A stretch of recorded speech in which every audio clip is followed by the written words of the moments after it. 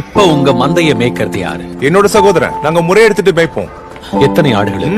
100 இருக்கும் போதுகிறே. அதுல ஒண்ணு வழி தவறி போச்சுன்னா என்ன செய்வீங்க? நிச்சயமா அத ஒண்ணு தேடி போவேன். ஆனா மத்த 99 என்ன பண்ணுவீங்க? அதுங்களை அப்படியே விட்டுடுவேன். ஒரு ஆட்டை கூட என்னால இழக்க முடியாது. ஒருவேளை அதை கண்டுபிடிச்சிட்டா நான் அதை என் தோல் மேல வச்சுட்டு வீட்டுக்கு கொண்டு வருவேன். உங்களுக்காக கவலைப்பட்ட உங்க நண்பர்கள் கிட்ட என்ன சொல்வீங்க? என்னோட சேர்ந்து சந்தோஷப்படுங்க. காணாம போன என்னோட ஆட்டை கண்டுபிடிச்சிட்டேன்.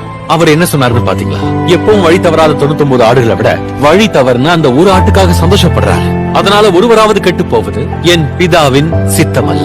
அது போலவே மனம் திரும்ப அவசியமில்லாத 99 நீதிமான்களை குறித்து சந்தோஷம் உண்டாகிறத பார்க்கலாம். மனம் திரும்புகிற ஒரே பாவியின் நிமித்தம் பரலோகத்தில் மிகுந்த சந்தோஷம் உண்டாயிருக்கும் என்று வைக்கப்பட்ட நேரத்தில் எல்லாம் என்னை உருவாக்கின கிருபை இது.